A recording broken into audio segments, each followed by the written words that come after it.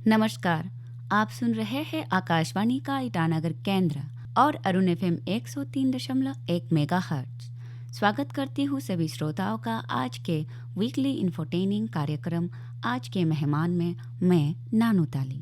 तो श्रोताओं, आज के इस कड़ी में हमारे साथ स्टूडियो में मौजूद जो मेहमान है वह एक ऐसी शख्सियत, व्यक्तित्व जिसके परिचय में वीर रस के सभी शब्द भी कम पड़ते दिखाई पड़ते हैं, जिसे हम पर्वतों के अटल पुत्र यानी अनवेवरिंग सन ऑफ हिमालय के नाम से बुलाए तो भी कोई संदेह नहीं, क्योंकि उन्होंने विश्व भर के सबसे ऊंची पर्वत यानी माउंट एवरेस्ट और अन्य ऊंचे पर्वतों को भी अपने कदमों पर कर रखा है, यानी वह एक पर्वतारोही है।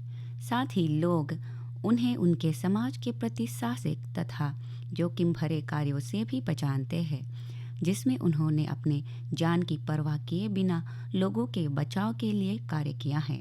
एक ऐसा शख्सियत जिनके अटल साहस, हिम्मत, बुद्धि, विचार, दृष्टिकोण, समाज और लोगों के प्रति प्रेम और त्याग ने न केवल अरुणाचल प्रदेश को बल्कि पूरी दुनिया को प्रभावित व प्रेरित किया है, जिनके व्यक्तित्व के प्रशंसा में लोग इस कदर मजबूर हैं कि उन्हें भारत सरकार द्वारा प्रतिष्ठित पुरस्कार तेंजिंग नोर्गे राष्ट्रीय पुरस्कार से सम्मानित किया गया है।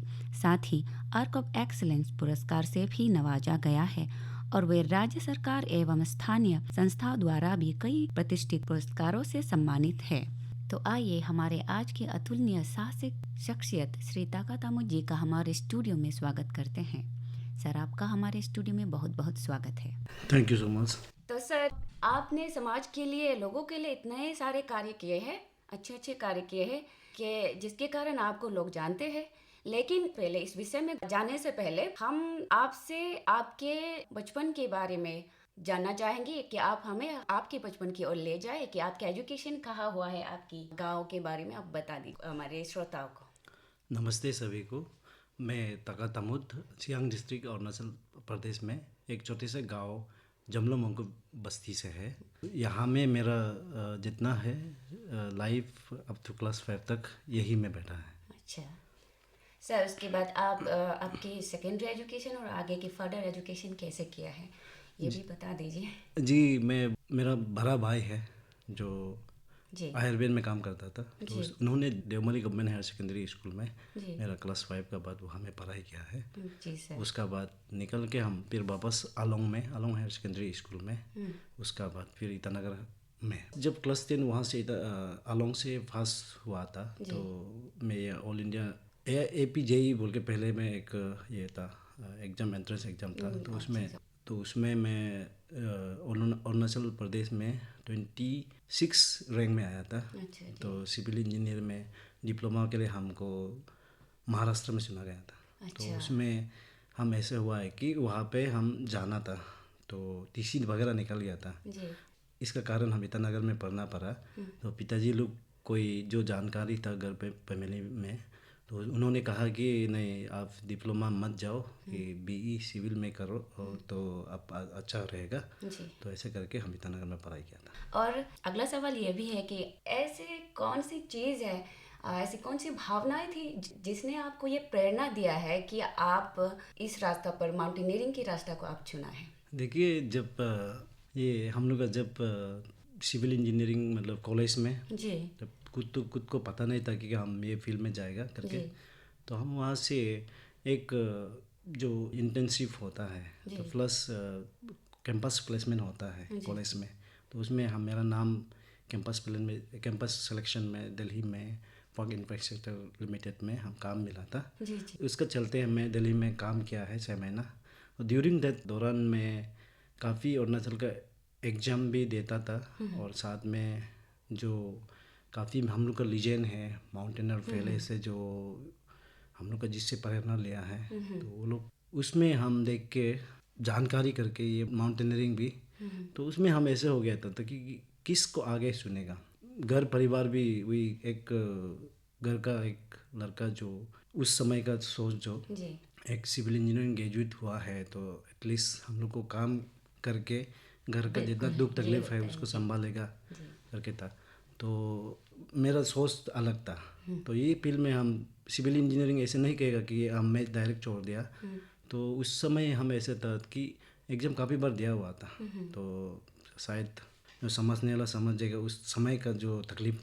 तो उसका चलते हम एवरेंस ये हम लोग अरुणाचल में एक है कि हम लोग को यहाँ एडवेंचर के लिए बहुत सही वातावरण है। लाइक इंडिया में कहेगा तो best potential for the adventure lovers and adventure जो टूरिज्म होता है। तो ये सोचते हैं हम मतलब इस फील्ड में भी हम लोग आगे बढ़ सकता है। तो हम लोग का वहाँ में कोई भी एडवेंचर में नया था तो माँ पेरेंट्स लोग भी इतना अलाउड नहीं करता था कि ये फील्ड कैसे है। तो आज शायद मेरा रास्ता जहाँ सुना था वो सही जगह में सुना है। बिल्कुल सर। और उसका हिसाब से आज मेरा नाम आया है, पहचान मिला है माउंटेनियरिंग के हिसाब से। जहाँ में अगर हम कुछ आगे बढ़ के सिविल इंजीनियर में कुछ करके काम करता होता तो आज कोई भी मालूम नहीं होता, आपका सामने में नहीं बैठना पड़ता। जी बिल्कुल सर। तो सही जगह चॉइस किया है। हम जो भी फैसला लिया है दिल से लिया है और मेहनत करने के लिए लिया है। सर मैं एक और सवाल मैं पूछना चाहूँगी कि आप बचपन से ही कि ऐसे स्ट्रांग थे, स्वस्थ थे कि आपको माउंटेनियरिंग के लिए मदद हुआ कि आप, क्योंकि हम लोग गांव में रहते हैं तो गांव में रहते हैं तो हम लोग बहुत ही ज़्यादा स्वस्थ होते हैं, हम लोगों के एक्सपीरियंस ज़्यादा होते हैं पहाड़ों से रह करके। क्या इसमें ये जो पृष्ठभूमि है आपकी बचपन की, ये इन्होंने आपको मदद किया जी इसमें बिल्कुल, मैं तो कहेगा चढ़ाई करने में? हाँ जी, हाँ जी, ज़रूर बहुत मदद किया है। क्योंकि हम लोग का जो यहाँ हिली एरिया में रहने का कारण स्पेशली जो मार्शल बनावट जो डेवलपमेंट होता है तो काफ़ी हम लोग को मदद करता है। जैसे आप जो सेंट्रल मेन लैंड इंडिया का जितना है उसका ना वो कप मशील और मशील डेवलपमेंट उतना नहीं होता है जो हम लोग पहाड़ी वाला का साथ होता है। अच्छा। हम लोग के पास वो बनावट जेनेटिकली जो जंगल नेचुरली में हमारे यहाँ हाँ रहते जी, हैं हाँ ना, जी, हाँ जी, इनबॉर्न। तो इनबॉर्न रहता है। और साथ में मैं खुद तो एक एक्सप्लोरर जो नया चीज़ ढूंढने का कोशिश में रहता है इस टाइप का आदमी है। तो काफ़ी हमको ये चीज़ मदद किया है।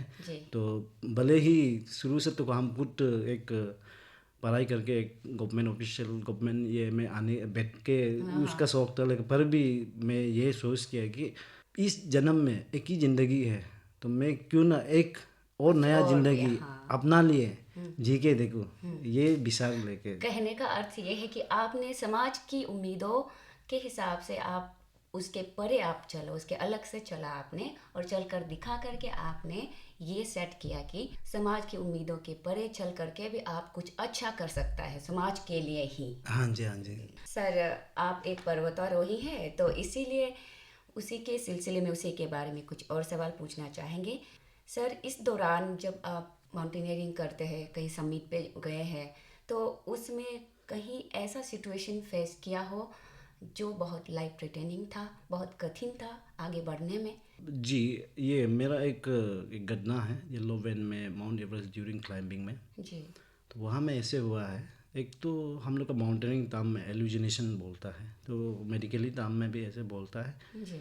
जब मैं येलो वैन पहुँचा है तो काफ़ी थका हुआ था, तो मेरा पास कोई सरपा नहीं था। तो इसका कारण अपना लोड एंड जितना जो इक्विपमेंट है ऑक्सीजन जितना लेवल है वो ऑक्सीजन ये सब मैं खुद कैरी कर रहा था उस समय। जी।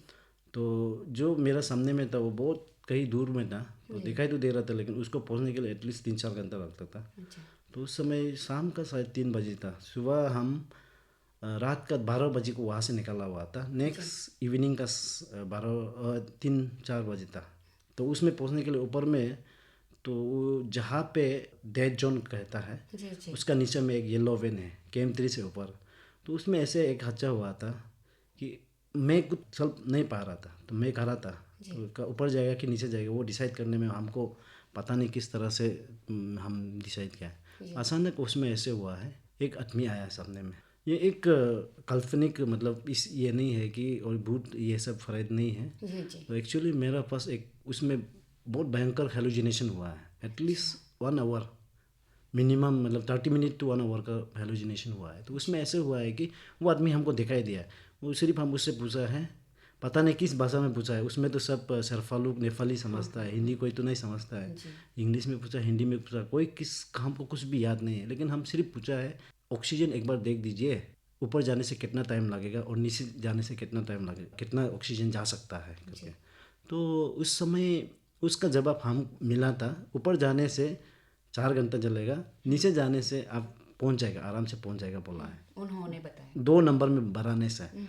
तो हमको तो कुछ ये नहीं, हम बस 2 नंबर में भराया। उस समय हम फिर आदमी को देखा है, तो हम मेरा मकसद तो ऊपर जाना था, चलो जो भी हो। तो हम नीचे से हम वो माउंटेनिंग ये में वन में यूज़ कर रहा था, तो उसमें बहुत दिक्कत हो रहा था सांस लेने में। तो मेरे पास जो आदमी जिसको हम बात किया था, तो हम आगे पीछे मुड़ के देखा है, तो उसको दिखाई नहीं दिया। ऐसा हुआ है कि वो जो जहाँ से हम नीचे देख सकता है एटलीस्ट 1 आवर का हाफ एन आवर का वो डिस्टेंस होगा। ऊपर देखने से तो वो शायद करीब 1 घंटा 1 या 1.5 घंटा का हो सकता है।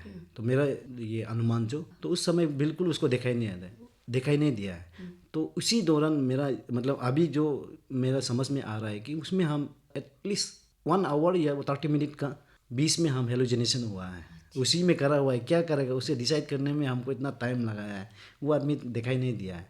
ये तो भूत प्रेत नहीं है, हम प्रैक्टिकली बता रहे हैं कि ये माउंटेन में बहुत होता है। तो शायद उस सिचुएशन में हम अगर वो आदमी नहीं मिलता होता, तो शायद वो तो डायरेक्ट कहता है कि वो माउंटेन में हुई लास्ट ये हो खो जाता। जाते तो ये वो सबसे मेरा दुखद भी है और एक मेमोरेबल भी रहेगा लाइफ भर कि ऐसे ऐसे इंसिडेंट हुआ है ड्यूरिंग क्लाइंबिंग में। तो ये मेरा सबसे यादगार था। सर आपने ये बात शेयर करके कि ऐसे समय में भी आपने आगे बढ़ने की और ठान ली थी। इस तरह के सिचुएशन में आप किस तरह से अपने आप को स्ट्रॉन्ग बनाते हैं, और ऐसा कौन सा चीज़ होता है जो आपको मोटिवेट करता है अंदर से कि नहीं मुझे आगे बढ़ना है, मुझे पीछे की ओर नहीं जाना है, मुझे आगे बढ़ते रहना है। ऐसी कौन सी चीज़ है जो आपको मोटिवेट करता है सर, मेंटली और फिजिकली? जी देखिए, अपना लाइफ को मैं खुद देखा हो काफ़ी बार किसे जी लाइफ में शुरू से स्ट्रगल किया है, अभी भी स्ट्रगल कर रहा है, बाद में भी करेगा शायद। जी तो मेरा ड्यूरिंग जो क्लाइंबिंग होता है, तो सिर्फ क्लाइंबिंग करके नहीं है, लाइफ में जीना है या कोई एग्जाम्पल कुछ एग्ज़ाम दे रहा हो, तो हम लोग का क्या होता है कि हम लोग निरंतर प्रयास करना, हाँ जी जो प्रिजर्वेंस होता है, जी और अपना काम का प्रति आप कितना डिसिप्लिन है। जी बिल्कुल। तो अगर आप अपना काम का प्रति उतना डिसिप्लिन है और आप कुछ मंजिल पाना चाहता है, एक साहस एम्बिशियस हाँ जी है, तो आप कभी भी कहीं में भी अगर प्रॉब्लम हो, जितना भी प्रॉब्लम हो, जितना भी तकलीफ हो, लाइफ का एक मकसद तो होता है कि हम आगे निकलना है जी जी कि गॉड भी आपको स्विच करता है कि नहीं इसका बारी है अभी। हम ये चीज़ बहुत महसूस किया है। 2017 में हम 300 मीटर दूर में मेरा समिट को हम देख के वापस आया था। तो उसमें क्या हुआ था, शेरपा बीमार था। जी तो शेरपा बीमार भी मतलब तो वहाँ में बहुत बीमार हो जाता है, इसका कारण हम वापस आया था। उसका ये सोच और इतना सालों से मेहनत करके जो रहता है, मतलब इतना स्टेप बाय स्टेप करके आया है। कोई कहीं में डोनेशन या कोई कहीं में प्रॉब्लम जो ऑफिशियल प्रॉब्लम होता है, कोई कहीं में खुद का एक प्रॉब्लम होता है। ये सब चीज़ जो मोटिवेट करता है कि फाइनल पुश वहाँ में क्या होता है कि आप जब एवरेस्ट जाता है तो एक अल्टीमेट आप 2 महीना से वहाँ में बरापिला में उस जगह में उस एल्टीट्यूड में 6000 जो 8000 के बीच में आप रह रहा है, तो काफ़ी तकलीफ होता है। इवन आप खाने के लिए भी प्रॉब्लम हो जाता है। तो उस सिचुएशन में एक चीज़ ऐसे होता है, आपका करेजेस एंड विल पावर, जो आपको फिजिकल में नहीं आता है, मेंटल में नहीं आता है, फिर भी एक जो आप करना है, ये चीज़ आप तय कर लिया कि आपको करना है, तो हम यही करके रहेगा। जी तो ये एक सोच जो काफ़ी मोटिवेट करता है, स्पेशली जब माउंटेन में जब आप पूरा थका हुआ है, आप लाइफ गिव अप करने का स्थिति में है, जी तो ये चीज़ जो एक आपका एक हम ये एक चीज़ तान लिया जिसको हमको करना है तो करके ही रहेगा। जी बिल्कुल। ये विल पावर जो शायद हमको बहुत मदद किया है। जी विल पावर होते हैं। और सर मैंने सुना है कि बहुत सभी को पता है कि माउंटेनियरिंग ये इजी नहीं है, बिल्कुल भी इजी नहीं है। और इसी के बीच में पूछना चाहूँगी कि आप जब आगे बढ़ रहे होते हैं तो आप सब कुछ कैरी करके चलते हैं कि ऑक्सीजन तो कैरी करते ही हैं, साथ ही साथ खाने पीने की चीज़ें वो कैसे मैनेज कर लेते हैं? माउंटेन में जो हम लोग का क्या होता है कि इंसान का एक ये है, जितना हाइट होता है डिहाइड्रेशन होता है, डिहाइड्रेशन होने का कारण एप्टीटाइट जीरो हो जाता है। जी। अब बिल्कुल खाने पीने का मन नहीं होता है। एक आप हम तो ऐसे पेश किया है mount Everest during mount Everest सिर्फ मैंने जितना मेरा पहाड़ चढ़ा है उसमें आफ्टर 6,000 लेवल में पहुंच जाने के बाद एक मैगी का जो एक फ्लेट है जी। उसको खाने के लिए आपको 1 घंटा लगता है। सबको एक पेस्ट फॉर्म में जैसे लिक्विड फॉर्म में गला के सबको खाना को भी वही पीना पड़ता है। अच्छा। सब चीज़ तो बहुत खाने पीने में बहुत तकलीफ है वहाँ अच्छा, पे। तो वहाँ खाने पीने की चीज़ें नॉर्मल लाइफ में जो मिलता है वैसा नहीं मिलता है। नहीं स्पेशली आप देखिए एक चावल जो हम लोग यहाँ में पकाता है तो जी। गैस कुकर में हम्म। अब यहाँ 30 मिनट लगभग हाँ। इतना ये लगता है। तो वहाँ में ना आप 5 घंटा में भी नहीं पका सकेगा, वो पकता भी नहीं। अच्छा। ड्यू टू शायद प्रेशर होता है जो एटमोस्फेरिक प्रेशर का वजह से। हाँ। ये चीज़ शायद साइंटिफिकली वो हम इतना डिफाइन नहीं कर पाएगा, लेकिन शायद ये एक प्रॉब्लम है वहाँ में। तो अब बिना पके खाना जो हजम नहीं होता है उसका वजह से बहुत खान पीन में बहुत तकलीफ रहता है, उसका वजह से बदन बहुत वीक होता है।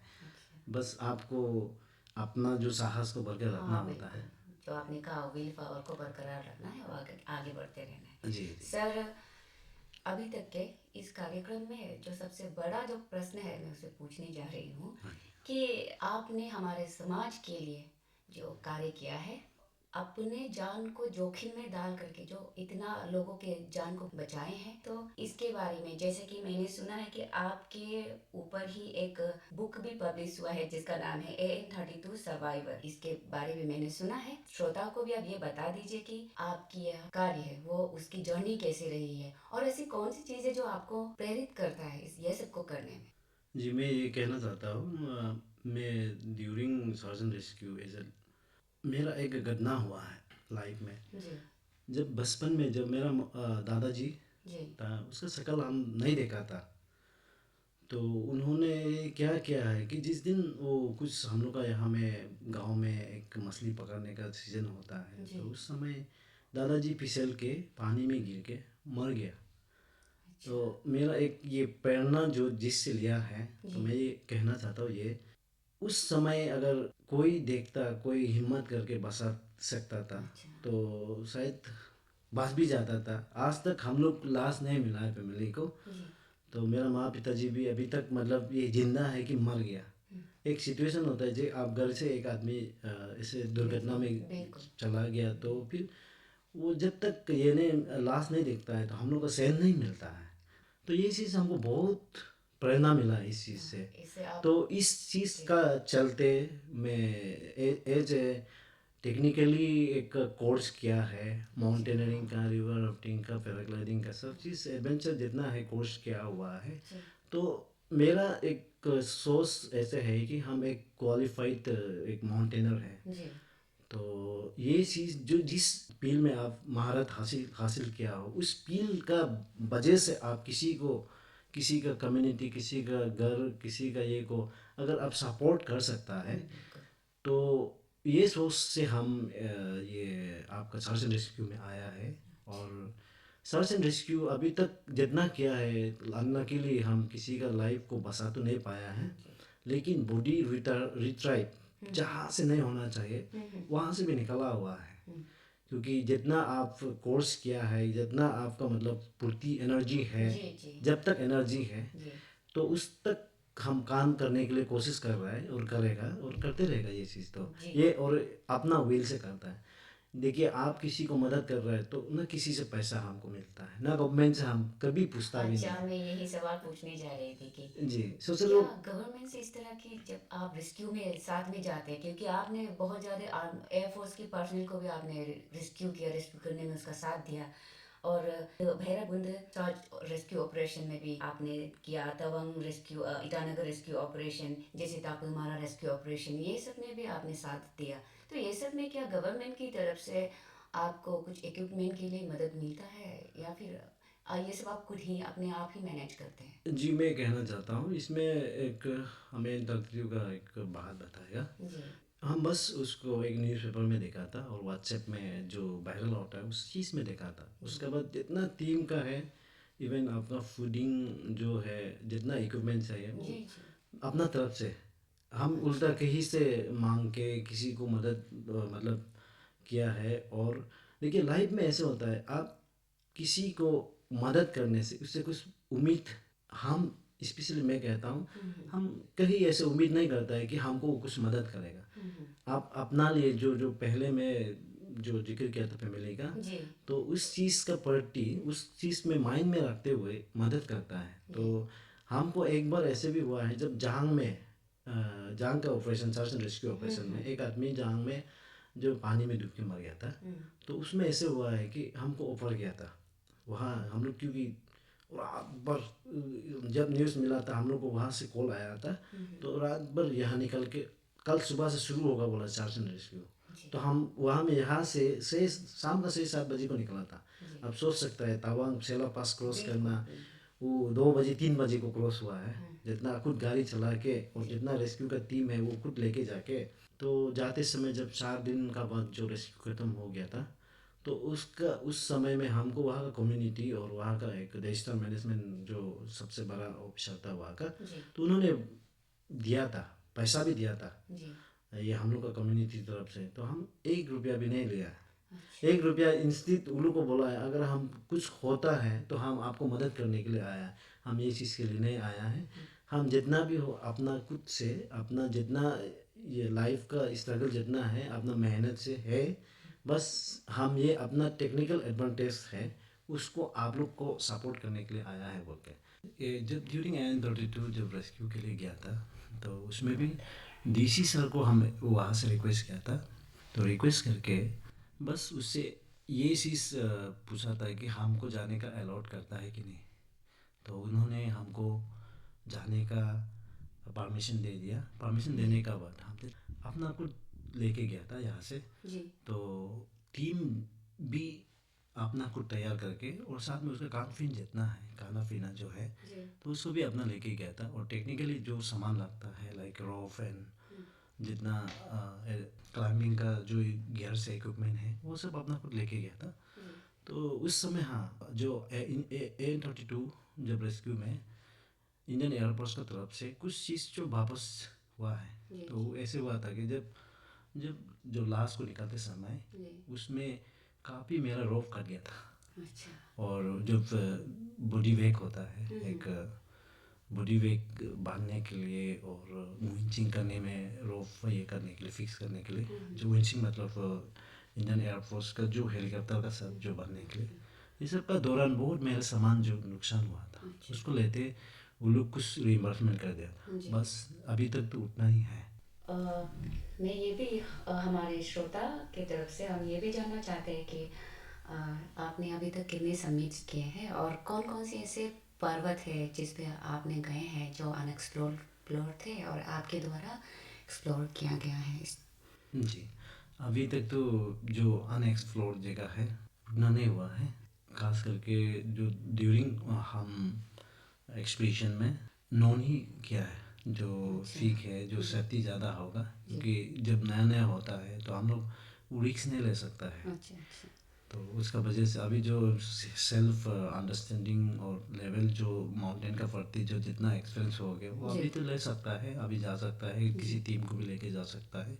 अभी तक हम एक तो माउंट एवरेस्ट है, सब जानते हैं। और माउंट एवरेस्ट 2 बार हुआ है। फर्स्ट में गया था लेकिन सबमिट नहीं हुआ था। और उसके बाद लोचे में हमें एक टीम का लीडर था। तो उसमें इंडिया टीम फॉरेन कंट्री से जो आया था उसके साथ में इनके चला गया था। उसका बाद नेपाल में ही है एक लोपुचे करके है और एक मेराफी करके है। उसके बाद बाकी जो है इंडिया में आपका लद्दाख साइड में स्टोक कंगरी और सेसर कंगरी, और साथ में आपका ये नॉर्थ ईस्ट सिक्किम में तो कपरूडम, कोकतांग और कुछ और फीक है जो अभी याद में नहीं रहे, इतना ये नहीं है। तो वो अबव 6000 है सब। और अरुणाचल में ये करके, अरुणाचल में छोटा छोटा जो है अननोन फीक है, जैसे फरियादी है और पहाड़ीना बोल के है। और लुयोरादी है। जी। तो अपना जगह में काफ़ी एक्सप्लोर किया है। वो अच्छा। सब अननोन फीक है, अभी तक ये नहीं हुआ है। इवन हम लोग का जो है स्टेट गवर्नमेंट भी उतना अभी तक वहाँ तक नहीं पहुँचा है। अच्छा। और सोचता है कि हर साल में एक नया नया एक ट्रैकिंग फीक अरुणाचल में जाने के लिए। अच्छा। तो अगर सरकार कोई मदद टीम जी। बनाने में ये करेगा, सहायता देते हैं। हाँ जी हाँ जी, तो बिल्कुल और करने के लिए तैयार है। सर, इस दौरान जब आपने रेस्क्यू किए थे, उसमें आपने हिस्सा लिया था, उसमें लोगों का मदद किया, तो उसमें क्या आपने टीम अपने आप टीम अप करके सब में सभी जो रेस्क्यू ऑपरेशन है उसमें सब में टीम अप आपने खुद किया, या फिर कोई और भी थे आपके साथ जो जिसका नाम आप यहाँ बताना चाहेंगे? देखिए, मेरा एक दोस्त है किशन टेक्सन। जी। He is the my coursemate and उन्होंने बहुत काफ़ी ये दौरान मदद किया है। हम एक दूसरे को मदद किया है। कुछ कुछ जगह में उसको मैं खुद बुलाया है जी। जाने के लिए। जी। एक रेस्क्यू ऑपरेशन अभी तो हमको उत्तराखंड से भी कॉल आया था अच्छा। पिछले ये में। तो अभी इंडिया में थोड़ा सा मालूम है कि हाँ ये एक लड़का है जो रेस्क्यू करता है। अच्छा। तो खास करके हम इंडियन एयरफोर्स मदद किया है अभी तक। जी। जी। और उसमें उन लोग का टीम ज़्यादा है, तो सिविलियंस इतना वेल नहीं करता है। जी। और इंडियन स्पेशल फोर्स जो आर्मी का एक फेरा कमांडो लोग है, जी। उसका साथ गया हुआ है। जी। उसमें भी उन लोग टीम खुद ये करता है। हम जो जितना सेलेक्ट कर सकता है वो जी। मेरा तरफ से एक दो ले जा सकता है, नहीं तो वो लोग ही करता है। और ये स्टेट डिजास्टर मैनेजमेंट फोर्स है असम का, और स्पेशली बाकी जगह में तो जहाँ, क्योंकि ये आप डिजास्टर जो है बुला के नहीं आता है। तो जहाँ में हम मौका मिल जाता है, जहाँ में हमको हाँ अभी मदद करने का लायक है, जी। तब मैं खुद दौड़ते चला जाता हूँ। और जितना हो सकता है मेरा नियरेस्ट फ्रेंड्स या नियरेस्ट जो कोर्स करने वाला लोग उसको बुला कर ले जाता। जी सर, मैं एक और सवाल पूछूंगी कि इसके लिए ये जो आपने माउंटेनियरिंग की, जो आपने करियर एक तरह से चुना है, इसके लिए कोई पर्टिकुलर कोर्स होता है क्या? जी बिल्कुल, ये हम तो बहुत भाग्य है अरुणाचल में है। जी। तो हम इस विषय में डिपार्टमेंट ऑफ यूथ अफेयर्स को एक तारीफ करना चाहता हूँ। जी। एक ऐसे डिपार्टमेंट है जो इस जितना है एडवेंचर कोर्स है, माउंटेनियरिंग का जी। बेसिक एडवांस इंटरमीडिएट जो instructor course and river rafting का बेसिक इंटरमीडिएट एंड एडवांस कराता है। जी। और पैराग्लाइडिंग का जितना है वो जी। डिपार्टमेंट ऑफ यूथ अफेयर्स में आपको उपलब्ध होगा। आपका अच्छा। फॉर्म फिलअप रहना है, वहाँ में जाके आप एप्लीकेशन देना है। क्या? मैं भी जब शुरू हाँ। में जी डिपार्टमेंट ऑफ यूथ अफेयर्स। जी, डिपार्टमेंट ऑफ यूथ अफेयर्स। और सर, क्या ये सब फ्री होता है क्या ना? उसके लिए भी कुछ देखिए, ये फीस वगैरह हम देना अरुणाचली के लिए जो जी। हम जो यहाँ का अरुणाचल का यूथ के लिए यूथ डिपार्टमेंट जो जी। है फ्री ऑफ कोर्स में कराता है। जी। और जब मेरा दौरान भी हम एक रोमियो माइते बोल के एक एडवेंचर इंस्ट्रक्टर इंचार्ज था। जी। तो जब उससे मिला था तो हम भी अननोन ऐसे ही आया था। अच्छा। तो कोई बता दिया था कि ये इस पालाना डिपार्टमेंट में ये कुछ कोर्स होता है जी। करके। तो मेरा जब वहाँ में वो लोग से मुलाकात किया तो इतना पॉजिटिव रिस्पॉन्स मिला है। अच्छा। और वो लोग उन्होंने क्या क्या है कहा कि आप बस एप्लीकेशन लिखो और आप तैयारी रहो बोला है। जी। जब हम वो लोग का साथ जब पूछताछ किया है, उन्होंने सही ढंग से बताया है कि आप एप्लीकेशन लिखो और ये चीज़ करो और निमास में जाओ। दिरांग में national institute of mountaineering and allied sports करके है। अच्छा। दिरांग में जी। अरुणाचल में ही है, नेशनल इंस्टीट्यूट है। जी। तो उसमें क्या है कि आपको हर कोर्स मिलता है, और वो हर course department of youth affairs organise करता है। जी। वो लोग स्पॉन्सर करता है। जी। सर, आप हमारे स्टूडियो में आए और आपने अपने बारे में और अपने साहसी और प्रेरणा से भरी किस्सों के बारे में हमारे श्रोताओं के साथ शेयर किए। इसके लिए आपका बहुत बहुत धन्यवाद। Thank you so much. यह आकाशवाणी का ईटानगर केंद्र और अरुण FM 103.1 मेगाहर्ट्ज। आप हमारे साथ सुन रहे थे हमारे वीकली इंफोटेनिंग कार्यक्रम आज के मेहमान। और हमारे साथ स्टूडियो में मौजूद थे पर्वतारोही यानी तेंजिंग नोर्गे राष्ट्र पुरस्कार एवं आर्क ऑफ एक्सीलेंस से सम्मानित श्री ताकातामुची के साथ।